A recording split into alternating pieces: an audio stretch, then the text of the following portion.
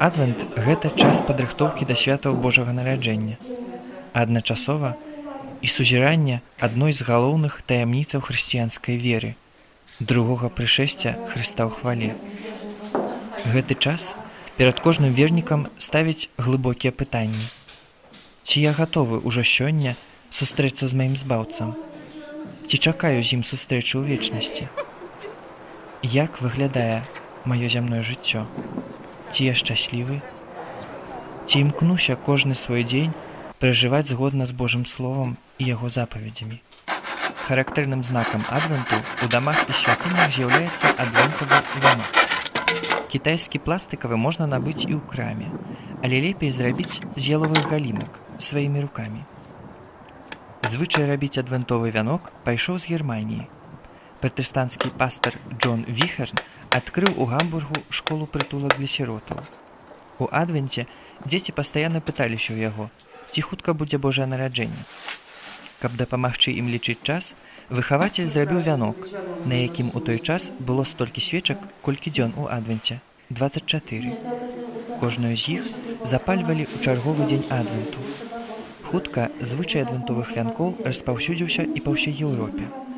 Сёння ў адвентавы вянок ставяць толькі 4 свечкі, па адной на кожны тыдзень. Першая свечка сімвалізуе прабачэнне. Бог прабачыў Адаму і Еве іх непаслухмянасць Творцу. Свечка, запаленая ў другую нядзелю адвенту, уяўляе сабой веру патрыярхаў Ізраіля, як удзячнасць за дар, абяцаную зямлю. Трэцяя свечка азначае радасць караля Давіда, які цэлебруе саюз з Богам. І апошняя, як сімвал навучання прарокаў, якія абвяшчалі прыход Месіі. Таксама ў адвенце запальваюць дадатковую, так званую раратнюю свечку, сімвал Марыі, апякункі перадкаляднага чакання.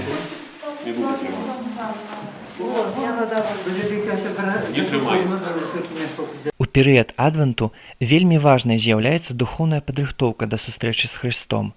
Традыцыйна такім звычаем з'яўляюцца пастановы, добраахвотныя абавязкі, якія на час адвенту прымаюць вернікі. Нейкае такое вырашэнне ад таго, што табе прыемна на гэты час, каб не было прывязнасці. Напрыклад, я адмаўляюся ад салодкага ўсяго, што я вельмі люблю, асабліва, і мне без гэтага так цяжка. Ну і таксама гэта датычыцца такого штодзённага жыцця, каб зарганізаваць лепей сябе, каб не сядзець дапазна, каб не задбаць пра сваё здароўе. І такая трэцяя пастанова – гэта адносіны да бліжніх, каб больш іх шукаць паразумлення з імі, неяк больш з любов'ю да іх адносіцца. Ну і хаця б гэтыя 3 пастановы прымаць. В этом годзе я буду хадзіць на раты і гуляць на камп'ютары толькі па нядзелях. У гэтым годзе я пастанавіла хадзіць на рараткі і не есць салодкага, асабліва шакаладу. Ну, я отказалась от компьютера, от контакта нашего любимого сайта, ну и от музыки. Да. Мы в нашей семье взяли такие постановы, такие совместные. Мы будем читать Яна Добрачинского «Тень отца», то есть каждый день у нас есть такая постанова, такая заведенка читать, то есть больше духовно поглубляться. Есть такие практичные постановы. То есть, например, у меня все это меньше ремонт у хаті вже, то есть я сказал, что кожную годину, точнее, кожный день буду присвячать, окромя своих рабочих обов'язків, годину на то, чтобы прибираться у хаті. Ось, ну і я для себе таку особисту постанову, мне такі вельми мало часу займає комп'ютер і праця на ім, що я не буду починати що-нибудь робити на комп'ютері, поки я не помолюсь. То есть, ось така справа.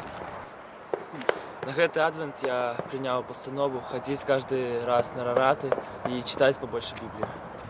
Слушаться маму с папой и не играть в компьютер. На адвент взяла постанову прочитать Евангелие, все 4 Евангелия прочитать, ну, оферовать милостыню людям, которые больше потребуют, и отказаться от телебачення. Я вельми люблю покричати на кого-нибудь, ведаете.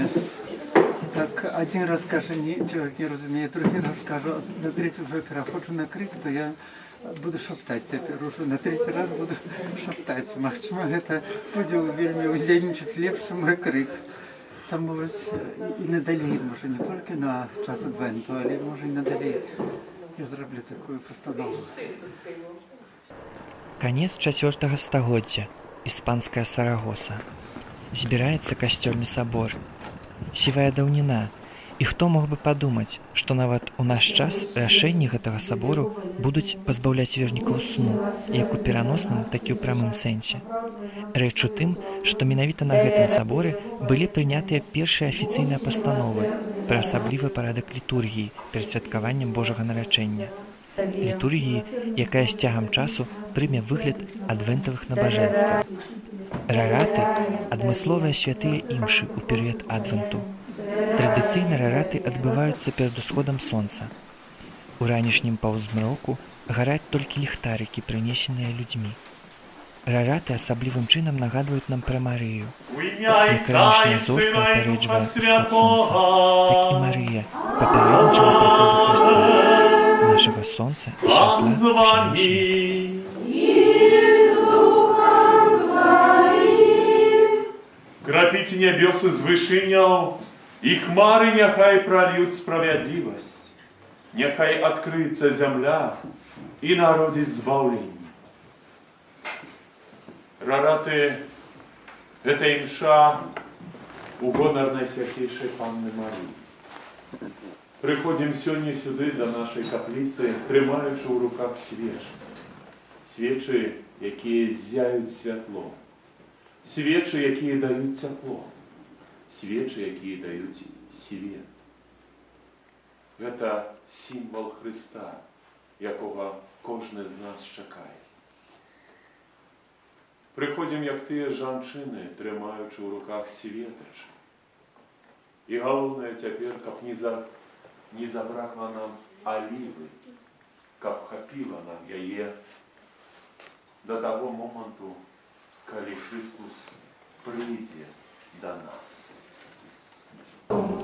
Бог не пагардзіў прыняць нашу смяротную натуру, каб выратаваць нас ад вечнай смерці і адкрыць шлях да неба. Мы з удзячнасцю ўспамінаем гэты цудоўны момант гісторыі, а таксама скіроўваем позірк у будучыню, да таго апошняга моманту зямнога часу, калі Езус прыйдзе ўжо не як маленькае бездапаможнае дзіцятка, а як валадар усяго сусвету.